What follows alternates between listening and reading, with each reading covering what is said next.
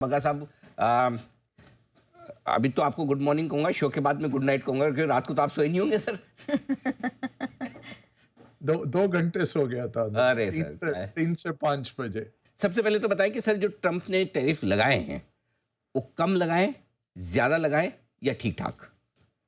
ज्यादा लगाया अनिल जी, तो वर्स्ट केस सिनेरियो आ गया। तो उम्मीद नहीं थी कि इतने सारे टैरिफ आएंगे, इतने डीप टैरिफ। और 60 लगभग 60 कंट्रीज के ऊपर लगा दिए टैरिफ। तो एक मैकेनिकल तौर पे किया गया है। तो कई एनालिस्ट ने आंकड़े निकाल के भेजा भी है कि जितना एक्सपोर्ट है उस कंट्री का और जितना ट्रेड गैप है उसका इन्होंने एक रेशियो निकाल के उसको परसेंटेज में तब्दील करके बना दिया। क्योंकि भारत का जो 52% का कैलकुलेशन इन्होंने किया और उसके ऊपर फिर 50% लगा दिए कि हम रहमदिल हो रहे हैं और आपको कम लगा रहे हैं टैरिफ। तो 26% आया। तो सब यही देख रहे थे कहाँ से ये कैलकुलेशन निकल के आता है, क्या होता है। उसके नीचे लिख दिया कि करेंसी मैनिपुलेशन, नॉन टैरिफ आपने जो जो चीजें की हुई हैं, और साथ में आपका अगर लोकल टैक्स है, वैट या जीएसटी वगैरह, उस सब को लगा दिया है। तो थोड़ा अचंभित करने वाला नंबर था। और ओवरऑल जिस तरह से किया गया, मार्केट्स काफ़ी, हमने देखा कि मार्केट्स गिरे। बट आज बहुत हमें सराहना करनी पड़ेगी भारतीय निवेशकों की कि आज हमारे मार्केट फिर भी ग्रीन में है। चीन का मार्केट है जो सबसे कम गिरा है, बट एकमात्र हमारा मार्केट है जो आज ग्रीन में है, पॉजिटिव में है। का एक्शन जो ज्यादा लगाया गया। अब आते हैं सर भारत पर। हम पर जो लगाया ये ज्यादा है, कम है या रीजनेबल है। हम ये पे सब ज्यादा लगाया गया अनिल जी, अच्छा। ज्यादा लगाया। हाँ हाँ। 26% जो लगाया है, क्योंकि इतना ना तो हमारी कंपनीज के पास मार्जिन है या ऐसा हम कुछ बना रहे हो, या अमेरिका अगर कर पाए तो वो इतने कम वैल्यू पे बना पाएगा। 75% हमारे कॉस्ट पे अमेरिका नहीं बना सकता। तो ज्यादा लगाया गया। और ये नेगोशिएशन का पैंतरा है कि बेस लाइन हमारा 10% है, आप 26 से 10 ले आओ, क्या क्या आप लेके आओगे आके मिल लीजिए, और फिर हम आपको 26 से 10 कर देंगे। तो वो दरवाजा खुला रखा गया नेगोशिएशन का। उनके जो वित्त मंत्री हैं वो ब्लूमबर्ग पे आए ट्रंप की बैठक के बाद, और उन्होंने कहा सबसे मेरा एक ही एडवाइस है, एक सलाह मैं दूंगा कि आप रिटेलिएशन मत करिए। तो वो भी आप देखें, किसी भी देश ने अभी अनाउंस नहीं किए रिटेलिएशन। इवन चीन, जिसने फरवरी में इमीडिएटली मिनटों में यूएस के एग्रीकल्चरल प्रोडक्ट्स पे रिटेलिएशन कर दिया था, चीन ने भी कड़ी निंदा की है, बट कोई रिटेलिएशन नहीं अनाउंस किया। क्योंकि ये 9 अप्रैल से होगा लागू। तो हो सकता है अगले कुछ दिन लोग देखें, इसको समझें और फिर रिटेलिएशन आए। बट ना यूरोप से, ना चीन से, ना किसी और देश से अभी तक कोई रिटेलिएशन आया। अच्छा अब सर व्हाट नेक्स्ट। इन्होंने तो इनकी तरफ से जो कर दिया, अभी तक तो नहीं आया रिटेलिएशन, आप बोल भी रहे हैं, लेकिन अब क्या करेंगे ट्रंप। मतलब ये टेरिफ वॉर की शुरुआत है कि अंत है। आधा आधा है। तो अगर 5 एक्ट का ये ड्रामा है अनिल जी, तो तीसरे एक्ट में हम पहुंचे हैं, तीसरे एक्ट का आगाज है। और यहां से अब क्या होगा, नेगोशिएशन होगा। अगर नेगोशिएशन टूटता है तो रिटेलिएशन होगा, वो चौथा होगा। और उसके बाद रोल बैक्स आएंगे। रोल बैक्स और अंत का जो नंबर आएगा वो निकल के आएगा, उसमें कुछ महीने भी लग सकते हैं। तो ओवरऑल आप देखें, ट्रंप का हार्ड लाइन क्या है। जहां 20% स्टॉक मार्केट गिर जाता है या इकोनॉमिक पेन बहुत बढ़ जाती है, कंज्यूमर के आंकड़े खराब आने लग जाते हैं, तो वहां पे ट्रंप फिर थोड़ा सा पैनिक में आएंगे। क्योंकि 2026 में उनके पार्लियामेंट के इलेक्शन है, तो उसमें फिर मेजॉरिटी खोने का डर है। ये हो सकता है कि कीमतें अगर इतनी बढ़ जाएं, अमेरिकन कंज्यूमर खरीदना बंद कर दे, तो वो ट्रंप को हानि रहेगा। तो कितने इकोनॉमिक पेन और कितने स्टॉक मार्केट पेन पे ट्रंप ब्लिंक करेंगे, ये मार्केट सोचने की कोशिश कर रहा है। अभी 10% पे तो वो बुलंद है, उन्होंने आके लगा दिए टैरिफ। 20% पे क्या वो ब्लिंक करेंगे, वो अब मार्केट सोच रहा है और इसलिए मार्केट गिरे तेजी से। बट उसके बाद हम देख रहे हैं बाइंग आ रही है क्योंकि लिक्विडिटी है मार्केट में। जो सोने में पैसा बैठा हुआ है यूएस मनी मार्केट में, $7 trillion US money market fund में बैठा हुआ है। और डेट फंड्स में बहुत सारा पैसा बैठा हुआ है वेट करते हुए कि मार्केट गिरे और हम आए। तो एक बड़ा इवेंट निकल गया। बट ये पूरे ड्रामा का मैं कहूँगा मध्य मार्ग है, मध्य पार्ट है, मिड पॉइंट है। यहाँ से दो और अभी आने हैं पैंतरे। एक आएगा रिटेलिएशन या नेगोशिएशन और फिर रोल बैक आएगा और 10 से 15 के बीच में सारे टैरिफ आ जाएंगे, एक्सेप्ट जहां पे उनको चाइना की सप्लाई चेन से निकलना है तो वहां शायद कम ना करें। ऑटोमोबाइल पे 25% नहीं चल सकता है। ऑटोमोबाइल की कंपनियां सब बैंकरप्ट हो जाएंगी। इवन ये जो हमारे कंपनीज हैं जो सप्लाई करते हैं, टायर्स हो या ऑटोमोबाइल, ऑटो एंसिलरी की कंपनियां हैं, उनके लिए भी बहुत बड़ी क्षति है अगर 25% रहेगा। और अंतिम डिमांड भी कम हो जाएगी, एग्रीगेट डिमांड भी अमेरिका में कम हो जाएगी। गाड़ियां अगर 25% ज़्यादा महंगी हो जाती हैं तो ये सब सोचते हुए ये नीचे आना है। और कितने महीने लगते हैं ये देखना पड़ेगा। तो अनसर्टेनिटी रहती है। बट मार्केट ने इस हफ्ते ही हमने देखा विक्स वगैरह नीचे चल रहा था, कोई इतना बड़ा नहीं था, 22 का विक्स चल रहा था। तो मार्केट इतना पेसिमिस्टिक नहीं है। हाँ ये है कि लॉन्ग्स भी नहीं बनाए जा रहे थे, पोजीशन बड़ी हल्की थी, बट शॉर्ट भी नहीं थे, ना हेजिंग हुई ना शॉर्ट्स थे, और बड़े हल्के मार्केट हैं ग्लोबली। तो लोग वेट कर रहे थे। आज लग रहा है कि थोड़ा पैसा डाला गया है, स्पेशली भारत में। जिस तरह से हमारे मार्केट पहले एक बिकवाली हुई और उसके बाद खरीदारी आई, मार्केट्स ग्रीन में आ गए। लग रहा है कि पैसा आया है और ये ज़्यादातर डोमेस्टिक पैसा ही होना चाहिए, क्योंकि फॉरेन इन्वेस्टर्स तो आज बड़े कॉशियस मूड में हैं और देखेंगे वो कि क्या हो रहा है, उसके बाद ही निर्णय लेंगे।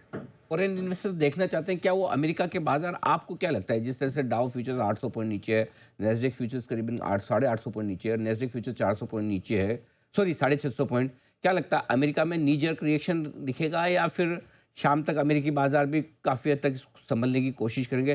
कैसा मूव अमेरिकी बाजारों का आपको दिखता है? साथ ही डॉलर इंडेक्स और बॉन्ड यील्ड्स जो जिस तरह से मूव है उसका भी असर समझाएं सर। जी अनिल जी, अगर देखें बॉन्ड यील्ड्स नीचे गए, डॉलर इंडेक्स भी वीक हुआ। ओवरऑल क्या होगा, चीन जैसे देश, सबसे बड़ा जो ट्रेड डेफिसिट वाला देश है चीन, उसने कल अनिल जी अपने कंपनियों पे अंकुश लगाया अमेरिका में इन्वेस्ट करने में और अमेरिका में सब्सिडरीज बनाने में। तो सब देश अब ये देख रहे हैं कि हम, ऐसा नहीं है कि जाके अमेरिका में फैक्ट्रियां लगाना शुरू कर दो, पहले आप हमारे से आके बातचीत करिए और पूरा होलिस्टिक व्यू हम देखेंगे। तो ये एक चीन तो बहुत बड़ा है बट यूरोप भी यही करेगा। और ऐसा नहीं है कि कंपनियां या कंट्रीज दौड़ते हुए जाएंगे अमेरिका में फैक्ट्रियां लगाने के लिए। वो सब देखेंगे कि एक आम रास्ता मिल सके कि ना आपकी ना हमारी, अच्छा ऐसे शेक हैंड कर लेते हैं, सब यही कोशिश करेंगे। अमेरिकन मार्केट कहाँ जाएगा, पहले 3 महीने हमने देखा नेगेटिव रिटर्न दिया और वर्ल्ड के 30-40 मार्केट ने अमेरिकन मार्केट से बेटर प्रदर्शन किया। तो ये एक्सेप्शनलिज्म जो था अमेरिका का इकोनॉमी में, अमेरिका का स्टॉक्स में, ये दोनों अभी बिखर रहा है और बहुत सालों के बाद हम देख रहे हैं ये बिखर रहा है। सबसे बड़ी इकोनॉमी ज़रूर है, $30 ट्रिलियन की इकोनॉमी है, जो वो कहते हैं वो होता है दुनिया में। बट ये जो $3.3 ट्रिलियन के इंपोर्ट्स पे और औसतन अनिल जी वेटेड एवरेज 22-23% आ रहा है, तो $600 बिलियन की रेवेन्यू ये सोच रहे हैं कि कमा पाएंगे। बट ये अंत में तो यूएस कंज्यूमर ही पे करेगा। थोड़ा बहुत जो प्रोड्यूसर है वो रख लेगा, अपना मार्जिन काट लेगा, थोड़ा डिस्ट्रीब्यूटर छोड़ देगा, हर आदमी कोशिश करेगा कि हम अपनी जेब से कुछ करें। बट अंत में तो ये कंज्यूमर के ऊपर ही एक बहुत बड़ा प्रेशर आएगा और जिससे डिमांड गिरेगी और स्टैगफ्लेशन होने का बहुत खतरा है। तो बग्गा साहब जो सबसे बड़ी दिक्कत जो थी कंज्यूमर के एंगल से जो आपने बताया बहुत इंटरेस्टिंग चीज़ है। क्या कंज्यूमर के एंगल से ही फिर फार्मा सेक्टर को छोड़ दिया कि हमारे किसी फार्मा सेक्टर पर टैरिफ नहीं लग रहा, तो और ये मान लें फिर पक्का भरोसा कर लें कि आगे भी नहीं लगाएंगे, हम बचे फार्मा में बचे रहेंगे? हाँ, अनिल जी वही समझ नहीं आ रहा क्योंकि जो ट्रम्प की मैंने स्पीच सुनी हाँ। उसमें मुझे उसमें मुझे लगा कि वो कह रहे हैं कि फार्मा पे सेक्टोरल लगाएंगे, बट उनका जो स्टेटमेंट आया है उसमें नंबर 3 उन्होंने लिखा है फार्मा, कॉपर, सेमीकंडक्टर, लंबर पे अभी हम टैरिफ नहीं लगा रहे। अब वो अभी वर्ड नहीं है उसमें, टैरिफ नहीं लगा रहे आ गया। तो बट उस पे इन्वेस्टिगेशन चल रही है, इनका एक सेक्शन होता है 232, उसके तहत इनकी इन्वेस्टिगेशन जारी है। अब वो उसके लिए इनके पास 1 साल का वक्त होता है, तो 270 दिन अभी और हैं उनके पास इसका पूरा निष्कर्ष निकालने के लिए। मेरा ख्याल यही है कि फार्मा पे भी ये डालेंगे टैरिफ, हमारी वजह से नहीं, हम बहुत छोटे हैं, $8 बिलियन हम भेज रहे हैं। मेन इशू है आयरलैंड का, जर्मनी का और स्विट्जरलैंड का, यहाँ ये तीनों बड़े एक्सपोर्टर हैं। आयरलैंड जिसकी आबादी 50 लाख है वो $100 बिलियन का फार्मा भेज रहा है अमेरिका में, और कौन बना रहा है उधर? कुणाल जी के पसंदीदा कंपनियां, फाइजर हो गया, एलाई लिली हो गया, जितनी अमेरिकन फार्मा कंपनीज हैं उन्होंने हेडक्वार्टर्स आयरलैंड में बना लिया है। फिर स्विस कंपनियां हैं, जर्मनी कंपनियां हैं, उनके अगेंस्ट ये टैरिफ लगाना चाहते हैं। बट ऐसा नहीं है कि वहां पे आप जाके प्रोड्यूस कर पाएंगे, वो है ही नहीं। इकोसिस्टम भी नहीं है, ना लोग हैं, और हमारा लाइक 10 टाइम्स हमारा ज़्यादा एफिशिएंसी है फार्मा में। तो वो ऐसा नहीं है कि हमारे ये सारे FDI approved manufacturing facilities America में खुल जाएंगे। अगर खुल सकते थे तो अभी हो गया होता, हमारे यहाँ बनता ही नहीं था माल। इसलिए बन रहा है कि हमारा कॉम्पिटिटिव एडवांटेज है और हमारे पास टेक्निकल स्किल्स है। बट वो 10% तो कमाना चाहेंगे। उधर सामने क्या है, $850 बिलियन इनका हेल्थ केयर का खर्चा है, जो ज्यादातर मिडलमैन बनाते हैं और इनकी इंश्योरेंस कंपनियां बना जाते हैं, तो हॉस्पिटल्स बनाते हैं, डॉक्टर्स बहुत महंगे हैं। तो उस माहौल में ये नहीं चाहेंगे कि दवाओं की कीमतों के कारण और इनका फिजिकल डेफिसिट बढ़ जाए, तो कोशिश करेंगे कहीं और कटौती करके कि 850 को 800 पे लाएं, और मीन टाइम ये 10% टैरिफ लगा के, चाहे बढ़े कीमत, बट एटलीस्ट सरकार की जेब में वो 10% कस्टम ड्यूटी आ जाए। मेरी सोच ये है, बट आज तो फार्मा शेयर्स ऐसे भाग रहे हैं कि जैसे होने नहीं वाला है। तो अब पता नहीं, मार्केट ही है, मार्केट सर्वोपरि है। अगर मार्केट को ये समझ आ रही है तो मार्केट ठीक ही सोच रहा होगा। मेरा सोचना ये था, जस्ट पोस्टपोन हुआ है ठीक बात है। कॉपर पे मैं वही चीज़ क्लियर करना चाहता था कि खतरा टला है, खत्म नहीं हुआ है ना? जी। वो ध्यान में रखना जरूरी है। लेकिन आपने अच्छी बात की, 8 बिलियन ही जाता तो लगा के भी कितना लगा लें, कितना फर्क पड़ेगा। एक चीज़ और है सर, जो बाजार के लिहाज से हम हमेशा कहते हैं कि अच्छी खबरों पर ही बाजार का टॉप बनता है। जब सारी अच्छी खबरें, तो बुरी खबरों पर ही बाजार का बॉटम बनता है। तो मार्केट के लिहाज से हाईएस्ट टैरिफ जो आपने कहा वो लग गए, तो क्या बाजार के लिए यहाँ से गिरावट की रिस्क कम है? दूसरा, टॉप के लिहाज से अच्छी खबरों पर टॉपर, अच्छी खबर किसके लिए? गोल्ड के लिए, कि दुनिया भर में झंझट चल रहा है, तो क्या गोल्ड का टॉप बन रहा है? इन दोनों पर अपनी राय दें सर। बहुत अच्छा सवाल, बहुत अच्छा सवाल अनिल जी। पीक अनसर्टेनिटी हो गई, कल के बाद पीक अनसर्टेनिटी निकल गई, अब यहां से ज्यादा अनसर्टेनिटी नहीं है।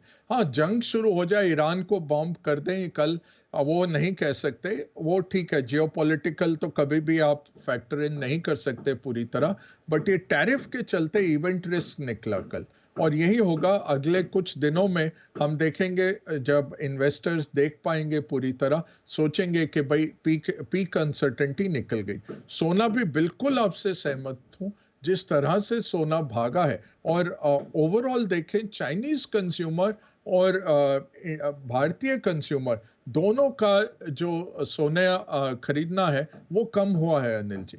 तो ये सेंट्रल बैंक्स खरीद रहे हैं और सेफ हेवन बाइंग चल रही है। भाई चलो, पैसा पड़ा हुआ है और सोने में मोमेंटम है, इसमें डाल लेते हैं।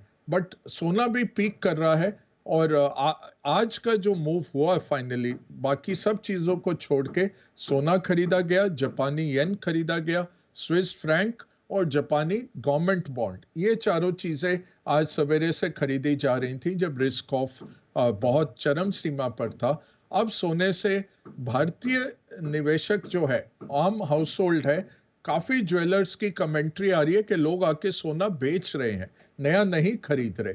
बट क्या है, 1,000 टन जो सेंट्रल बैंक्स खरीदते जा रहे हैं साल दर साल, उससे सप्लाई काफी कम है, डिमांड अच्छी हो गई है। बट चाइनीज कंज्यूमर सबसे बड़ा खरीदार है, दूसरा भारतीय कंज्यूमर, वो दोनों कम सोना खरीद रहे हैं। परफेक्ट। ये है। अच्छा बगा साहब, एक और सवाल। भारत में फार्मा सेक्टर की हमने बात की, ऑटो की आपने बात की, कौन से ऐसे और सेक्टर्स आपको लगता है जिनके लिए पॉजिटिव, नेगेटिव या न्यूट्रल है ये जो ऐलान भारत के लिहाज से, सेक्टर के लिहाज से? और इसके अलावा मेरी समझ से मैंने सारे सवाल पूछे हैं, लेकिन अगर कोई और विशेष बात ऐसी है जो आप बताना चाहें रह गई है तो वो भी बताएं। एक तो आपको चुटकुला भी सुना देता हूँ। एक बेचारा टापू है हाँ। नॉरफोक आइलैंड करके, तो हाँ। 60 देशों पे लगे हैं टैरिफ। मेडागास्कर पे भी लगा, हाँ। Laos, Cambodia. उनको तो आज उनको छाती ठोकनी चाहिए भाई, हमारे पे अमेरिका ने टैरिफ लगाया। बेचारे इतने छोटे छोटे देश है। बट ये जी। नॉरफॉक आइलैंड, अनिल जी, ये ऑस्ट्रेलिया की कॉलोनी है, ऑस्ट्रेलिया का टेरिटरी है। जैसे गुआम आप ले लीजिए, अमेरिका का टेरिटरी है, तो हाँ। ऑस्ट्रेलिया एडमिनिस्टर करता है। 2,000 लोग रहते हैं। ओ, ये जैसे बंसल जी के मोहल्ले में आवाज लगा दो कि कुणाल जी आए हैं, 2,000 लोग तो वहीं आ जाते हैं। तो एब्सोल्युटली। दो 2,000 लोगों की टेरिटरी पे 29% इन्होंने टैरिफ लगा दिया। और ऑस्ट्रेलिया का प्रधानमंत्री कह रहा है भाई मेरे पे 10% लगाया है, ये एक कॉलोनी है, हमारा मोहल्ला है छोटा सा, उस पे 29% का क्या आपका वो है, बता दीजिए जरा। ये नॉरफोक आइलैंड, तो ऐसा नहीं, हम सोचते हैं कि ये बहुत सोची समझी लॉन्ग गेम है, स्ट्रैटेजिक है इनको है ना, बहुत। इनको 5 चार्टर्ड प्लेन लेकर व्हाइट हाउस के सामने मोर्चा लेकर जाना चाहिए इन 2,000 लोगों को। पूरा पॉपुलेशन, पूरी आबादी आ गई। टापू की आबादी है और बंसल जी सबसे आगे हमारे। सर, इनमें कौन है खास सलाहकार, कौन है ट्रम्प साहब का? ये सब कौन डालता है उनके दिमाग में? ये आई थिंक वो हमारे वही है, जेडी वैंस, या हमारे दामाद जो हैं, भारत के जवाई जो है जेडी, वही कर रहे हैं। सर पे तो कुछ नहीं बोल सकते, हमारे यहाँ तो सिस्टम ही सर, दामाद को कहीं कुछ कहते हैं। जैन साहब कितनी भी बार कोटा जाए, कभी इनके ससुराल ने कुछ नहीं कहा। सर दामाद को कहने का हमारा यहाँ सिस्टम है ही नहीं बिल्कुल भी। तो उनकी सारी चीजें अच्छी खराब स्वीकार है। बहुत बहुत धन्यवाद sir, thank you so much समय देने के लिए और पूरी तरह से विस्तार से बताने के लिए कि अमेरिका में ट्रंप के इन ऐलानों का, जो टैरिफ के ऐलान हुए उनका पूरी दुनिया पर, बाजार पर, हम पर कहाँ और किस तरह से असर पड़ेगा। धन्यवाद बग्गा साहब, आज समय देने। Thank you.